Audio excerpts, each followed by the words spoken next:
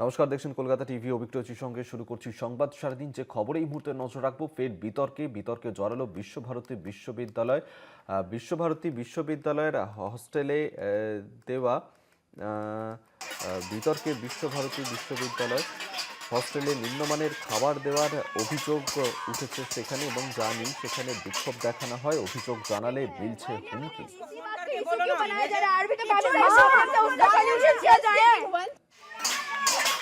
সমস্যা হচ্ছে আমাদের খাবার নিয়ে সমস্যা। আমাদের খাবারের নিয়ম বেঁধে দেওয়া হচ্ছে, আমরা কবে খাবো সেটা ওরা ডিসাইড করে দিচ্ছে। এটা আমাদের ফ্রি উইল নয়। আমরা টাকা দিচ্ছি কিন্তু আমরা নিজেদের ইচ্ছা মতো খেতে পারছি না, আমাদেরকে ওদের ইচ্ছা মতো খেতে হবে। আর আমরা এখন যখন প্রোটেস্ট করছি, আমাদের ডিপার্টমেন্টের এইচওডি কে কল করে বলা হচ্ছে যে আপনার মেয়ে বাইরে আছে, আপনার ডিপার্টমেন্টের মেয়ে বাইরে আছে, তাকে ডাকুন। আমার অনেক ডিপার্টমেন্টের এইচওডিরা ফোন করে বলেছে আপনাকে সাসপেন্ড করে দেওয়া হবে, বাড়িতে ফোন করা হবে, এখনই হস্টেলে যাও বলে হুমকি দেওয়া হচ্ছে আমাদের। खाने का क्वालिटी इतना खराब है कि कुछ बोल नहीं सकते हैं। আপনারা শুনলেন যে হোস্টেলের ছাত্রীরা তারা ঠিকই অভিযোগ করছেন বিশ্বভারতী বিশ্ববিদ্যালয়ের হোস্টেলে সেখানে নিম্নমানের খাবার দেওয়া হচ্ছে বলেই অভিযোগ ছাত্রীদের। আমরা এই নিয়ে আরো বিস্তারিত কথা বলবো। মনা বীরবংশী আমাদের সঙ্গে টেলিফোনে রয়েছেন প্রতিনিধি। মনা, হোস্টেলের ছাত্রীরা তারা অভিযোগ করছেন যে তাদেরকে নিম্নমানের খাবার দেওয়া হচ্ছে, এই নিয়ে হোস্টেল কর্তৃপক্ষ তাদের কি বক্তব্য?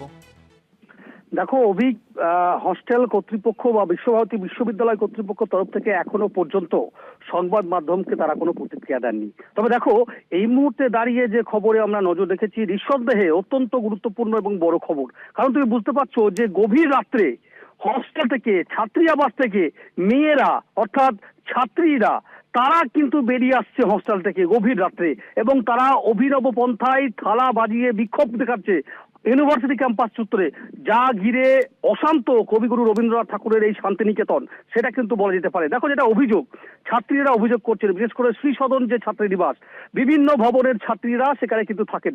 তাদের বক্তব্য হচ্ছে তাদের কাছে প্রয়োজনীয় যে অর্থ সেটা কর্তৃপক্ষ নিচ্ছে, কিন্তু তাদের খাবারের পাতে কি পড়ছে, অত্যন্ত নিম্নমানের খাবার, যেটি পাতে দেওয়া যায় না, রুচির বাইরে একেবারেই সেই খাবার দিচ্ছে এবং নির্দিষ্ট সময়ে দিচ্ছে না। আবার এই অভিযোগ যখন কর্তৃপক্ষের কাছে যখন করতে যাচ্ছে, তখন উড়ে আসছে হুমকি, বলছে সাসপেন্ড করে দেওয়া হবে, রাস্টিকেট করে দেওয়া হবে, নানান ধরনের হুমকি। এক প্রকার কার্যত বাঁধ ভেঙে গিয়ে, ধৈর্যের বাঁধ ভেঙে গিয়েই গভীর রাত্রে বেরিয়ে এসছে পড়ুয়ারা, বিশেষ করে মহিলারা হাতে থালা নিয়ে, থালা বাজিয়ে গোটা ইউনিভার্সিটি ক্যাম্পাসে তারা কিন্তু কার্যত বিক্ষোভ দেখিয়েছে, প্রতিবাদ দেখিয়েছে, এবং যা ঘিরে অশান্ত হয়ে উঠেছে কবিগুরু রবীন্দ্রনাথ ঠাকুরের শান্তিনিকেতন। দেখো অভিক, এখানেই প্রশ্ন আসছে, তুমি দেখো বুঝতে পারছো যে রাজ্যের একমাত্র কেন্দ্রীয় বিশ্ববিদ্যালয় বিশ্বভারতী, এই বিশ্বভারতীর আচার্যকে দেশের প্রধানমন্ত্রী নরেন্দ্র মোদী, তার ইউনিভার্সিটি দিন দিন মানে শিক্ষাগত দিকে আমরা NIRF এর র্যাঙ্ক দেখছি একেবারে শেষের দিকে, অবনমন র্যাঙ্কে, এবং দিন দিন রবি ঠাকুরের এই বিশ্ববিদ্যালয়ের যে এডুকেশন সামগ্রিক বিষয় সেটা কিন্তু একেবারেই কলুষিত হচ্ছে। খুব স্বাভাবিকভাবে বিশ্বভারতী বিশ্ববিদ্যালয় কর্তৃপক্ষের যে ভূমিকা, সেই ভূমিকা নিয়ে কিন্তু বড়সড় কিন্তু প্রশ্ন উঠছে, সেটা কিন্তু বলা যেতে পারে। এবং ছাত্রীরা বলছে, কোথায় আমরা রয়েছি, শ্রীসদন ছাত্রীনিবাস, যেখানে একসময় থাকতেন ইন্দিরা গান্ধী, দেশের প্রাক্তন প্রধানমন্ত্রী, তিনি বিশ্ববিদ্যালয়ের ছাত্রী ছিলেন। সেই শ্রীসদন ছাত্রীনিবাসকে আজকে বর্তমানে যারা ছাত্রীরা তারা বলছে জেলখানায় রয়েছি নাকি আমরা হস্টেলে রয়েছি বুঝতে পারছি না। এবং যখন অভিযোগ করতে গেলেই তারা বলছে হুমকি দিচ্ছে কর্তৃপক্ষ। সব মিলিয়ে অশান্ত পরিবেশ একেবারেই, এবং এই বিষয় নিয়ে পরবর্তী সময়ে বিশ্বভারতী বিশ্ববিদ্যালয় কর্তৃপক্ষের পক্ষে কি প্রতিক্রিয়া পাওয়া যায় সেটা আমাদের অবশ্যই নজর থাকবে।